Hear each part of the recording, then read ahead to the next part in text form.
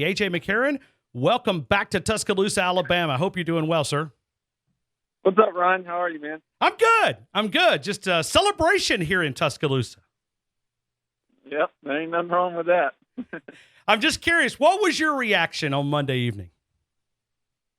Just super proud. Just seeing the university and the team just step up the way they did and come back from behind and win that ball game was just it was awesome to see, and it was awesome to just sit at the house with the rest of the family and cheer everybody on. It was just a special moment. All right, knowing the cool, calm, collective AJ McCarron, who never really got rattled, did you ever hit the panic button at all? No, it's kind of funny because how it all happened, but the family was sitting around and they said, well, we got to throw the ball, blah, blah, and I said, I guarantee you right here, he goes in at halftime and talks to Dable, and Tua comes out and starts second half. And the rest of some of the family was looking at me like, no, there's no way. I just felt like that was going to that was going to happen, and so I don't know. It's just the confidence I had. When you look at Coach Saban, knowing him the way that you know him, you think this was a hard decision for him? No. I think because, and like I've said yesterday and in the past, it's no knock on Jalen. It's no knock on, the type of player he is, the type of kid he is, how hard he works. But I felt like, our team had just gotten away all year long with not really facing another team that can match up well enough with us all the way across the board that made us throw the football, and we were ever down in that big of a hole to where we had to throw the football to come back and win the game. I think Mississippi State was, the closest, but really, Mississippi State was playing freaking cover zero at the end multiple times in a row, which I couldn't believe. But I still felt like no team ever really shut down the running game to where we had to say, and Coach had to say, hey, we're going to have to throw the football to win this game. And like he said after the game, Tua gave the team the best chance to win that ball game throwing the ball. AJ, let me ask you from a skill set. You have studied this game from a teenager to where you are now in the National Football League. What do you see in Tua Tagovailoa that makes him so special? I think just not being afraid to, take chances. Now, he's going to have to keep growing, and especially with teams, it's I kind of look at playing the quarterback position like a first-year pitcher in the MLB. So usually, or a first-year hitter, usually they come out, those guys usually have an unbelievable first year, and then people say, oh, well, they had the sophomore slump the next year. Well, no, it's not that. It's the fact that teams had film on them and knew how to pitch to this batter or hit from this pitcher because they knew, all right, when the count gets 0-2, he's going to throw one away, try to get you to chase, and then he's going to come back with an off-speed. And teams know your tendencies. So he's just going to have to keep growing. But just from speaking on him, I think he throws an anticipation. He doesn't have to see guys open, and he takes chances. And I think that was something that, Jalen just wasn't doing. Like, even on the deep post, where Calvin almost had it. Like, just from that throw alone makes the head coach, makes Kirby and the DC over there say, man, now we have to respect this because even though they didn't hit it, they're showing that they will throw this ball. And it makes the defense change completely. They change their philosophy. Then they don't load the box as much. Now you're allowed to run the ball more. Now you're allowed to do play action. So it opens up so many things. Even if you don't hit it, I Tua did a good job of doing that during the game. Let me go back to the play. I want to talk about the sack, okay? And I want to ask you because he could have made – I know it was not the smartest play there in taking the sack, but he could have also forced something and thrown an interception. He could have thrown it out of bounds and got a penalty. He was not outside the tackle box. I'm just curious what you saw in that sack play. Yeah, I think once you see that nobody's open, you have to run for him, probably run to his left, which is easier. It happens so quick. You have to make that decision in a split second and try to get outside the tackle box and throw it away. Mac and Nuss always just tell me, don't make a bad play worse. I felt like he was just trying. I understand, what he's trying to do, trying to make something happen, but sometimes you just got to learn to eat it. Even if you just take a sack at 7 yards when you're in the gun, just eat it and take the sack. Then, I mean, that's better than taking that 16-yard loss. But I mean, he's gonna keep growing. I mean, he had a couple plays, that were just young guy type mistakes. Throwing the interception, even though nobody was running the route, and something happened, some miscommunication right then. But on that one, you just got to throw the ball away. And then the other one, I said this yesterday in another interview, but Coach used to always tell me sometimes it's better to be lucky than good. Like on that 4th down touchdown that Calvin ended up catching, thank God Calvin is just a ball player and came over and got the ball, because he wasn't throwing to Calvin. He never saw Calvin. He saw Harris in the back running the back line. But so some of those plays, he's just young and he's going to learn. He's going to get better. But I just like watching him play. The kid throws in anticipation, and he's not scared to throw it. Let me ask you about moving the safety over on that final play to Devontae Smith, the 41-yard touchdown, game-winning, national championship-winning play. Is that supposed to happen? I mean, was AJ McCarron doing that as a freshman to be able to move the safety over? I mean, I'm just kind of curious what you saw in the eyes that moved that safety over a little bit. Yeah, I mean, it's kind of funny because I did a interview on WNSP in Mobile here yesterday, and we pulled it up. So if you go back, I think it was at the 3-minute mark in the third, 3 minutes left in the third quarter of the Auburn game in my senior year. We actually ran the exact same play. Now, they ran a different coverage. They ran quarters, but still too high safety. And I threw it to Coop on our sideline, and it was like a 54-yard gain. And it was the exact same play. And but that's a day one install play. Like they were in train right, Jill, Seattle. I guarantee you that was the play call. I mean, that was the exact same formation play that we called it, and hardly they ever change it. But and I guarantee you, Dable and the rest of the coaching staff on offense, they went over and said, listen, they broke down whenever they're in second in long situations, they probably play cover 2, 75% of the time. They might play Tampa 2, which is just another form of cover 2, 16% of that. And so, I mean, they probably broke it down and knew exactly, and that's why Dable went to that play call, because he knew, hey, second and long, most of the time they're going to call cover 2. And it's an easy read, for the quarterback. But he did a great job of playing the eye game with the safety, the boundary safety, because that's the one you want to play. And you got to be able to try to force him to make him think, hey, I'm reading my number 3 receiver down the middle of the field that's running kind of at you at the hash mark, and then I'm going to hold you enough to where I'm just going to come back and let it rip on the outside. And heck, he did a great job of it and threw it out there, and Smith went and got it. AJ, have you had a chance since leaving the University of Alabama? And I know you've been busy. You trained throughout the offseason relentlessly, NFL, the demands there.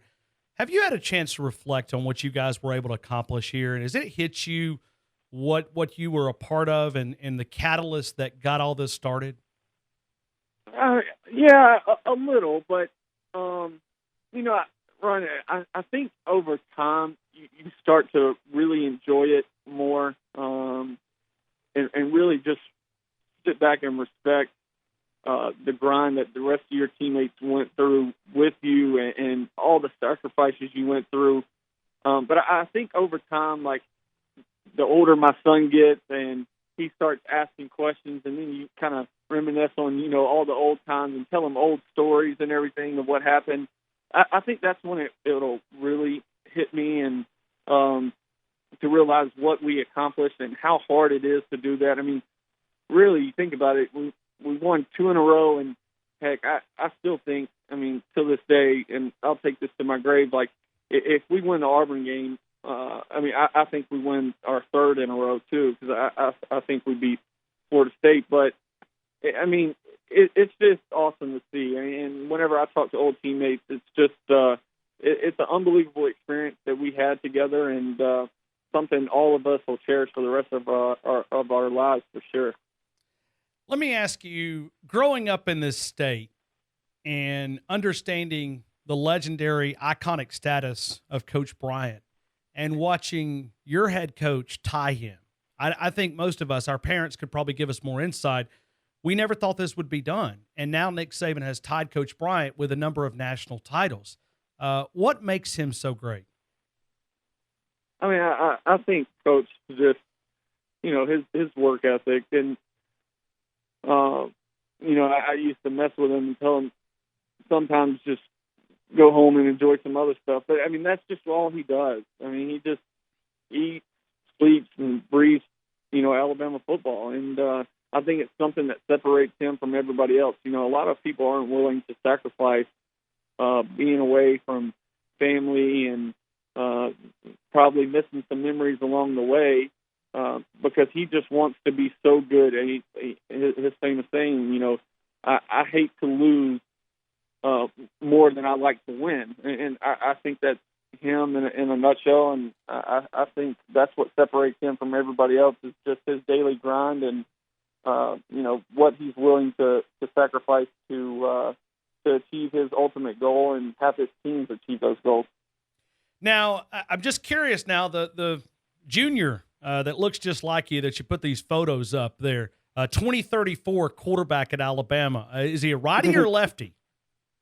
No, he's definitely a righty. Okay. He can sling it already. I'm actually surprised. Like, anything in the house, that's the only thing we have to watch out for. Everything in the house he grabs, he wants to throw across the room. So we're starting to have to move some things. But no, he's definitely a righty. Okay. And so he's already got a pretty good arm already. Yeah. So far, we're gonna have to work on his technique a little. It's a little off sometimes, but. Man, could you imagine? Obviously, and I'm sure you're not going to push him to do whatever he needs to do. But man, growing up in the footsteps of his father, winningest quarterback in Alabama history, he no doubt is probably destined for a big future. And I'm excited. But every time you post a photo, man, do you just see yourself in him? I'm sure your parents probably do, but you see a lot of resemblance in the face, man. Oh yeah, for sure. He's it's somewhere along the lines of my family.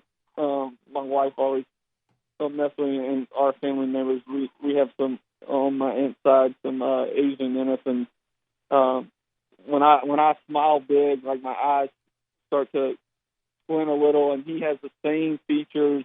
He looks just like me. We pull up pictures, and he looks just like me, just with a little bit lighter hair than what I had. But it's kind of scary how much he looks like me. Well, no doubt, kids will change your life, man. It is amazing joy. What are you doing these days? Are you just training? Obviously, it's going to be a big off season. I don't want to go too deep into that conversation, but it's going to be a big off season. I know we're all following it very, very closely. You just training and get ready for that moment? Yep, exactly. We've been home for almost a week now, and so right now I've just been relaxing, and then start next week I'll actually be up at UAB with Lyle Henley and kind of training with him, and then I'll be around the back towards Bama's campus some too. But I'm gonna head up there and train for a little bit, and then be back here and training with my QB coach, and really just working. I just don't like to take a whole bunch of time off. I always have to be working and trying to do something and try to master my craft. And but yeah, right now just taking a little time off and trying to enjoy family time and some of the holidays that we missed with the rest of the family. AJ McCarron right now with us. Final couple of seconds here with him. AJ, what do you think Coach Saban does in the spring? Does he open this competition up? Well, what's your thoughts? You know this guy as well as anybody. Yeah, I mean, I think for sure he opens it up. I think it all depends on, if Jalen stays. If he stays, I think Coach has an open competition and then allows them to compete.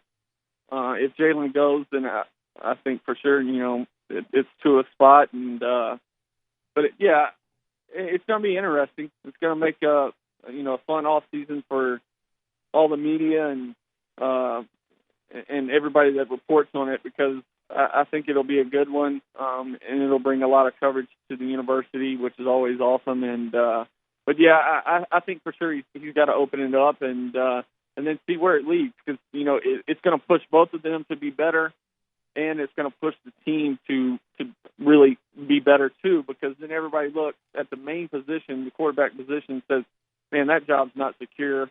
After one guy led us to help lead us to 2 national titles, or championship games, and his job might, be in jeopardy. So I think it makes everybody else around them and the rest of the team also better in the end. All right, let me do a hypothetical here. Say that Tua, let's just say somehow, because he's a little different characteristics, and I know Coach Saban a little conservative when you were here. I mean, you could run the same offense they're running right now, but let me ask you, you see Coach Saban maybe opening it up a little bit, maybe more offensively, if you've got you see a philosophy change, or is Coach Saban always going to be the same and play a little conservative football? No, I mean, I think, heck, just by now, ever since, really Lane came in, I feel like it's been a lot more, open style offense. It's just when Lane came in, he helped Coach really, grow in that aspect of like, hey, stepping out of the comfort zone a little on offense, or really he was just so different from the past OCs that we had, where he was more spread and really opened up a different side for Coach to see. And I think the offense probably stays that way, to where they're definitely more in the gun and a little more spread than my playing days while I was there. Well, AJ, thank you again, and certainly, man, we haven't even talked about your restaurant. We should have worked that into the conversation too. How's that going, man? It's going good. It's Pete Zimmer, who is basically he's the guy that he's the owner. I'm just get a percentage of the company for being the face, the name of it, but it's going great. And hopefully, if you haven't had it, or whoever's listening hadn't had it, hopefully they get a chance to go get it. It's it really is. It's good sushi, and it's quick. It's and it's not high price. So hopefully everybody gets a chance to go have some. All right, what's your favorite dish there? What's your number one favorite thing to order? I like creating my own. Okay, so I got you. Yeah, I usually get my I usually get either salmon or tuna, spicy tuna with cream cheese, asparagus, and cucumber with a little bit of avocado in it, and then some jalapenos, and then the crab mix on top with spicy mayo. That's usually my go-to. Man, University Boulevard. Go check it out. AJ McCarron, I appreciate you, man. Thank you, no doubt, for what you mean to the University of Alabama. Your name comes up as often as any player that has ever played here, a fan favorite. 19 records last time I counted. There might be a couple that, but at least 15, 16 records that you hold at the University of Alabama, winningest quarterback in Alabama history. I appreciate you for what you made of the show. Thank you again for making time for us here in Tuscaloosa. Of course, Ryan, and I appreciate you, man. It's you do an unbelievable job. The show's awesome, and just keep it up. It's great to see how much your publicity has grown over the years, and how big your station is. It's awesome to see. You're one of the best. Well, I'm not going to say it here, but I think you might have put me on the map. I don't know. I'm trying to think about that. Well, whatever I can do to help another friend out. Thank you, man. Have a good one, and keep that 2034 quarterback ready, man. We're going to need him in 2034. Yep, for sure. We'll do. Thanks, AJ. Have a good afternoon, man. All right, Ryan.